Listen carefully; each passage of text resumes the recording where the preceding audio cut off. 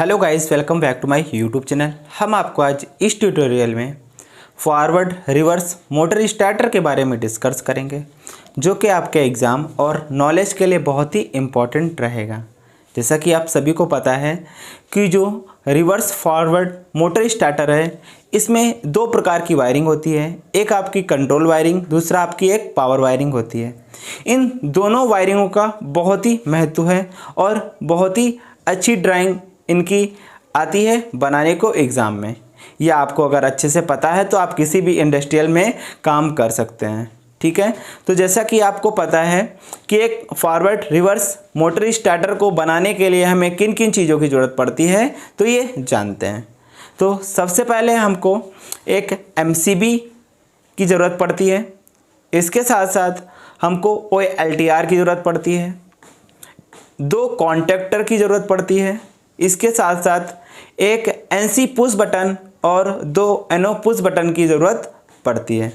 इसके साथ साथ कंट्रोलिंग के लिए हमें वायर की रिक्वायरमेंट रहती है। जैसा कि आप सभी को पता है, अगर सिंगल फेस होगा तो वहाँ पे फेस और न्यूट्रल का कनेक्शन किया जाएगा। अगर 3 फेस होगा, 440 का होगा, तो वहाँ पे डबल फेस से कंट्रोल किया जाएगा। ठीक है, तो आप जानते हैं कि इस जो उपकरण है, जैसे contactor, MCB, NO push button, OLTR, इन सारी चीज़ों का हम लोग कंट्रोल वायरिंग डायग्राम सीखते हैं। तो स्टार्ट करते हैं। जैसा कि आप वाइट बोर्ड पे देख पा रहे होंगे, मैंने रिवर्स और फॉरवर्ड मोटर स्टार्टर का कंट्रोल सर्किट वायर जो आपका डायग्राम है वो मैंने यहाँ पे बना के रखा हुआ है। ठीक है, अगर अभी तक आपने हमारे इस YouTube चैनल को लाइक और सब्सक्राइब नहीं किया है तो आप जल्दी से कर लें। स्टार्ट करते हैं यहाँ से। जैसा कि आप देख पा रहे होंगे, जैसा कि मैंने अभी आपको बताया कि जो हम कंट्रोल सर्किट बना रहे हैं, कंट्रोल वायरिंग, वो हमारी सिंगल फेस के कॉन्टेक्टर प्रयोग में लाए गए हैं। यहाँ पे सिंगल फेस सप्लाई 240 वोल्ट की सप्लाई रहेगी। फेस को हम लोग MCB के थ्रू आउटपुट सप्लाई लेते हैं और न्यूट्रल को हम लोग एक लिंक के थ्रू कनेक्ट करते हैं। सबसे पहले क्या करेंगे, जो हमारे पास कॉन्टेक्टर है, कॉन्टेक्टर में एक कॉइल लगी होती है जिसको हम लोग NVC के नाम से जानते हैं। NVC का फुल फॉर्म होता है नो बोल्ट कॉइल। ठीक है, नो बोल्ट कॉइल होता है। आपके दो कॉन्टेक्टर हैं जो कि सिंगल फेस के हैं, इनको हम न्यूट्रल सप्लाई से क्या कर दिए हैं, कनेक्ट कर दिया है। आप देख पा रहे होंगे इस तरीके से, इस लिंक के थ्रू न्यूट्रल सप्लाई, यहाँ पे भी हमने इसको न्यूट्रल दे दिया है और यहाँ पे भी इसको न्यूट्रल दे दिया है। ठीक है, जो कॉन्टेक्टर में न्यूट्रल सप्लाई पहुँच गई है। इसके साथ साथ हमें फेस की कंट्रोल वायरिंग करनी है। अब फेस वाला वायर हम MCB के थ्रू यहाँ से इसको हम आउटपुट लेके, जब दो कॉन्टेक्टर लगे हैं तो दोनों कॉन्टेक्टर का जो सप्लाई होगा वो क्या होगा, आउटपुट से जाएगा। वो हमारा वहाँ पे लगेगा एक OLTR, एक इस कॉन्टेक्टर में, दूसरा इस कॉन्टेक्टर में। तो हमने इन दोनों कॉन्टेक्टर को सीरीज में कनेक्ट कर लिया है। सीरीज में कनेक्ट करने के बाद जो इस OLTR का आउटपुट है वो हमने एक NC पुश बटन का प्रयोग किया है, जो कि वो स्टॉप पुश बटन के प्रयोग से जानी जाती है। अब स्टॉप पुश बटन का जो आउटपुट है, मतलब कि जो यहाँ पे एक दिया होगा 1 नंबर और दूसरा यहाँ पे दिया होगा 2 नंबर, 2 नंबर से आउटपुट लेके दो जगह मैंने उसको डिवाइड किया है। एक आपका जो भी इधर होगा, आपका क्या होगा, फॉरवर्ड होगा, इधर क्या होगा, रिवर्स होगा। ठीक, अब यहाँ पे एक पुश बटन प्रयोग में लाया गया है जिसको NO के नाम से जानते हैं। इसका नाम होता है नॉर्मल ओपन। ठीक है, नॉर्मल ओपन यहाँ पे एक पुश बटन प्रयोग में लाया गया है, जिसको हम लोग स्टार्ट बटन के नाम से भी जानते हैं। इसका कलर आपका ग्रीन होता है। अब इसके आउटपुट पे एक रिवर्स वाले कॉन्टेक्टर का NC प्रयोग करते हैं। इस NC के आउटपुट से हम फॉरवर्ड कॉन्टेक्टर के NVC के A1 टर्मिनल, ये क्या है, A1 है, और ये क्या है, A2 है।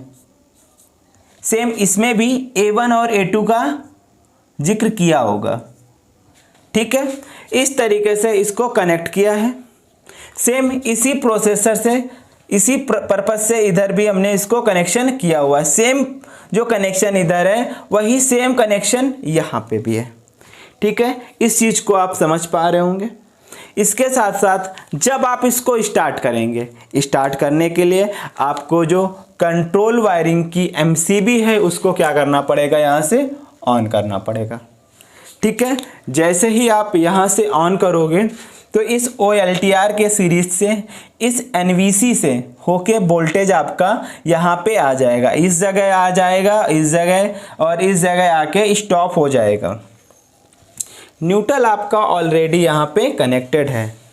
ठीक है, न्यूट्रल आपका ऑलरेडी यहाँ पे कनेक्ट है। आपको ये इतनी सी बात समझ में आई कि नहीं? अगर आपको इतनी सी बात समझ में आई है तो आगे चलते हैं।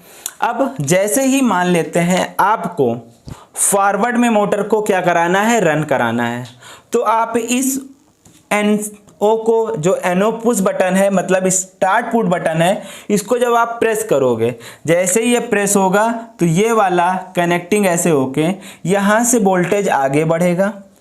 आगे बढ़ने के साथ साथ जो आपका फॉरवर्ड रिवर्स कॉन्टैक्टर है, रिवर्स कॉन्टैक्टर के NC को मैंने यूज में लिया है, जिससे कि दोनों कॉन्टैक्टर एक ही टाइम में होल्ड ना हो।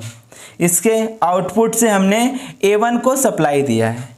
जब आपका फॉरवर्ड कॉन्टैक्टर ऑपरेट होगा तो आपका जो रिवर्स कॉन्टैक्टर है वो ऑपरेट नहीं होना चाहिए या नहीं होता है, आपको ये बात पता होनी चाहिए। इसके बाद जब आपको ये वाला कॉन्टैक्टर मतलब कि रिवर्स कॉन्टैक्टर को ऑपरेट कराना होता है या रिवर्स में मोटर को घुमाना रहता है, तो सबसे पहले मोटर को यहाँ से स्टॉप करेंगे। वो स्थिर मतलब 0 RPM पे हो जाने के बाद हम इसके जो रिवर्स वाली डायरेक्शन है वहाँ पे मोटर को रन कराएंगे। यहाँ पे ये आपका हट जाएगा, जैसे ही हट जाएगा, ठीक है, ये हट जाएगा। यहाँ पे ये ध्यान देंगे कि जब इस NO पुश बटन को प्रेस करेंगे तो ये कॉन्टैक्टर होल्ड हो जाएगा। कॉन्टैक्टर होल्ड हो जाने के साथ साथ यहाँ पे एक एक्सर्ली कॉन्टैक्ट NO का प्रयोग किया जाता है, जिससे कि जब ये कॉन्टैक्टर होल्ड होगा तो ये भी होल्ड हो जाएगा और ये पुश बटन को हम प्रेस करना छोड़ देंगे तो भी ये कॉन्टैक्टर ऑपरेट रहेगा। सेम उसी तरीके से यहाँ पे क्या करेंगे, अगर रिवर्स में हमको मोटर को चलाना है तो इस कॉन्टैक्टर को क्या, इस जो आपका NO पुश बटन है, इसको जब यहाँ से क्या करेंगे, प्रेस करेंगे। जैसे ही आप इसको प्रेस करोगे यहाँ से, तो जो सप्लाई है वो यहाँ से जो आपका फॉरवर्ड कॉन्टैक्टर है उसके NC से होके A1 पे सप्लाई पहुँच जाएगी, किसके, रिवर्स कॉन्टैक्टर के। जैसे ही ये कॉन्टैक्टर ऑन होगा वैसे ही ये आपका जो एक्सर्ली कॉन्टैक्ट है इसमें वो भी क्या हो जाएगा, ऑपरेट हो जाएगा, कुछ इस तरीके से। ठीक है, इस तरीके से होने के साथ साथ जब आप इसको छोड़ दोगे तो ये आपकी करंट इस तरीके से ऐसे फ्लो होके आपका रिवर्स में कॉन्टैक्टर क्या होने लगेगा, चलने लगेगा। सेम इसी तरीके से क्या करते हैं, जब मोटर को आपको रिवर्स और फॉरवर्ड में चलाना हो तो रिवर्स को चला रहे हैं, अगर फॉरवर्ड में चलाना है तो मोटर को स्टॉप करेंगे, और अगर फॉरवर्ड में चला रहे हैं तो उसमें कुल मिला के हम ये कह सकते हैं कि जब आपको किसी भी डायरेक्शन में मोटर को चेंज करना है तो सबसे पहले मोटर को क्या करना पड़ेगा, बंद करना पड़ेगा।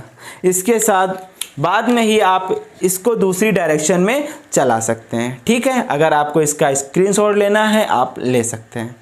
ठीक है, वीडियो अगर आपको अच्छा लगा हो तो लाइक करें, सब्सक्राइब करें और अपने फ्रेंड को शेयर करें। वीडियो को देखने के लिए थैंक यू।